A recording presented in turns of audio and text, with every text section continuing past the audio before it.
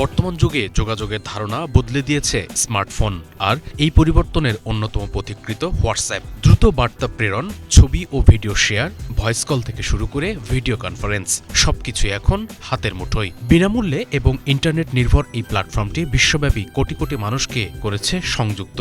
তবে আজ 1 জুন থেকে কিছু অ্যান্ড্রয়েড ও আইফোন মডেলে হোয়াটসঅ্যাপ বন্ধ হয়ে যাচ্ছে। গ্রাহকের তথ্য নিরাপত্তা নিশ্চিত করতে এই সিদ্ধান্ত নিয়েছে এর মালিকানাধীন সংস্থা মেটা।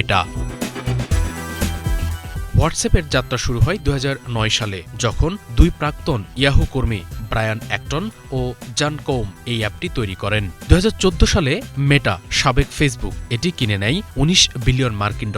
সময়ের সঙ্গে সঙ্গে হোয়াটসঅ্যাপ শুধু ব্যক্তিগত বার্তা আদান প্রদানের প্ল্যাটফর্মেই সীমাবদ্ধ থাকেনি, বরং ব্যবসায়িক গ্রাহকদের জন্য একাধিক ফিচার চালু করেছে। বর্তমানে প্রতি মাসে প্রায় 2.8 বিলিয়ন সক্রিয় ব্যবহারকারী রয়েছে এই অ্যাপটির, যা একে বিশ্বের সবচেয়ে জনপ্রিয় মেসেজিং অ্যাপ হিসেবে প্রতিষ্ঠিত করেছে। তবে এত জনপ্রিয়তার মাঝেও রবিবার থেকে হোয়াটসঅ্যাপ বন্ধ হয়ে যাচ্ছে বেশ কিছু পুরনো ডিভাইসে। মেটা শনিবার এক বার্তায় জানিয়েছে, অ্যান্ড্রয়েড 5.0 বা তার আগের সংস্করণ এবং iOS 15 বা তার নিচের ভার্সনের ফোনে আর কাজ করবে না হোয়াটসঅ্যাপ। মে মাসে ঘোষণা দেওয়া হলেও জুন থেকে এটি কার্যকর হচ্ছে।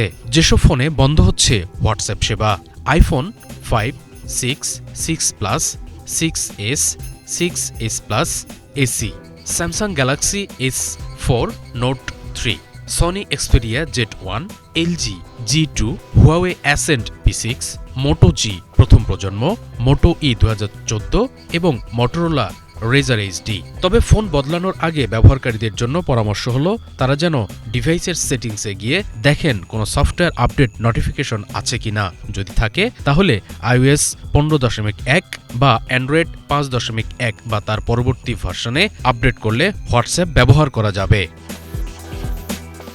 মেটা কর্তৃপক্ষ জানিয়েছে, আমরা চাই ব্যবহারকারীদের তথ্য সর্বোচ্চ নিরাপদ থাকুক, তাই নতুন প্রযুক্তি ও সুরক্ষা ফিচারের সঙ্গে সামঞ্জস্য রাখতে অ্যাপের নিয়মিত আপডেট চালানো হয়। যেসব ডিভাইস আর এই আপডেট নিতে পারে না তাদের জন্যই সেবা বন্ধের সিদ্ধান্ত।